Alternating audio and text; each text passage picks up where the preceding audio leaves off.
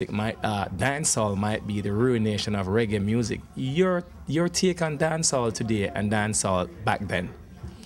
Okay, you know, dancehall is a place.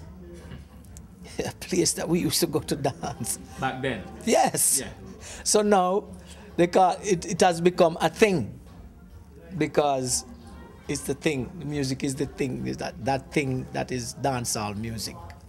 You know. So, really and truly,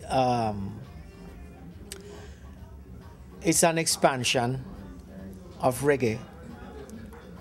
And this music has always been an evolving music. It evolved from ska to rocksteady to reggae. You know, then we had rubber dub reggae, then we have all, you know, we have different varieties of reggae, you know. So now we are at dancehall. So, the only thing I see, the credit have to be given to the musicians who create that rhythm, you know. The only difference is that a lot of the artists are expressing pessimistic reality.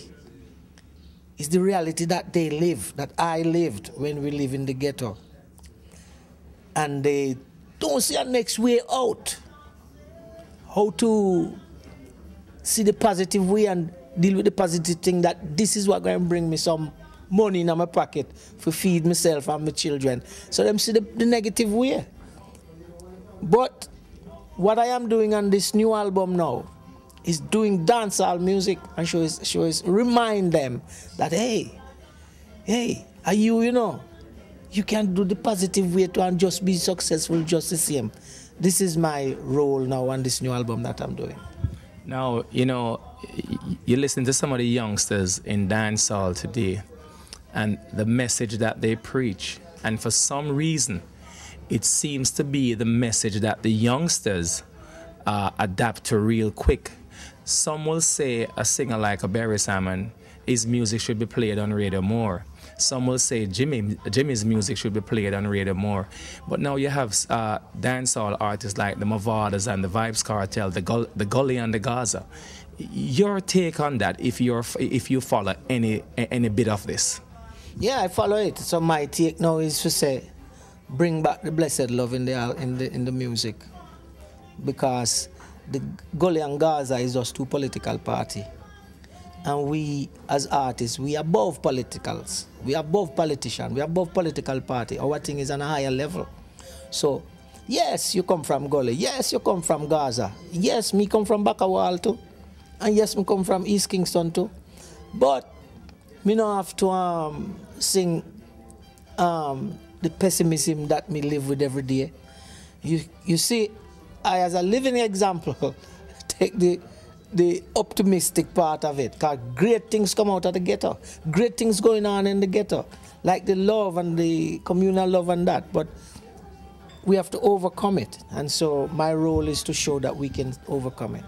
Ladies and gentlemen, we're talking to Jimmy Cliff. When we come back, we're going to fast forward to 2010. We're going to fast forward to this, the Rock and Roll Hall of Fame, when we come back. We're going to take a quick break and come right back.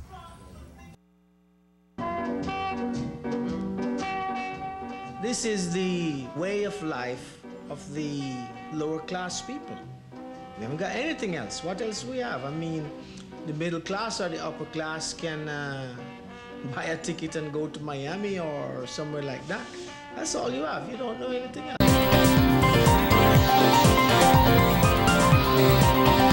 Welcome back. My very good friend Cedric M. Brooks, one of his songs that he plays all the time is Sata Masagana.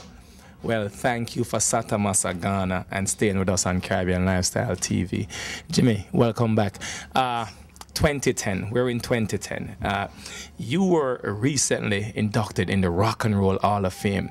And how did you feel when you stepped on that stage and received that award, Mr. Cliff?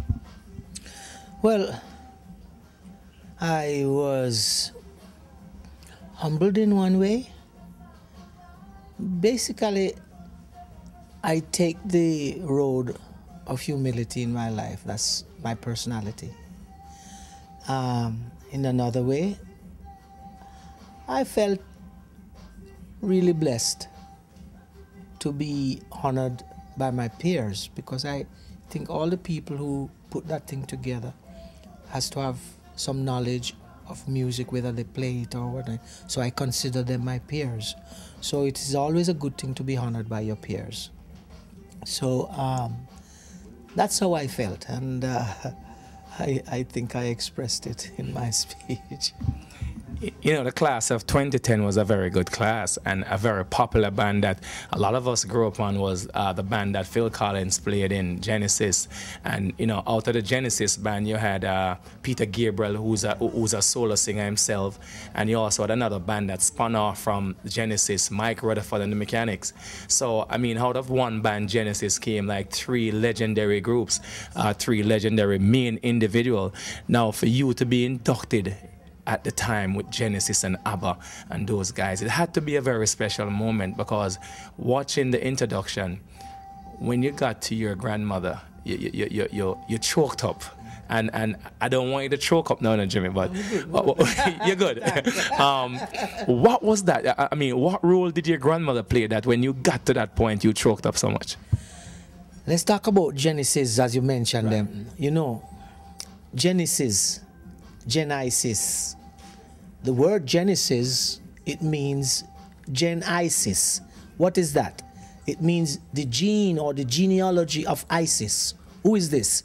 Isis is the wife of Isis and okay, I forget. But Gen-Isis is who I want to talk about. Most people don't know about who Isis is. That's our ancestor from ancient Egypt. Isis and Osiris. And out of Isis and Osiris came Horus, who is actually Jesus. So, since you talk about Genesis, they talk about the beginning. I have to take it to the real beginning, because the beginning is I and I. I, first person, singular pronoun, person speaking. Don't get me wrong. So,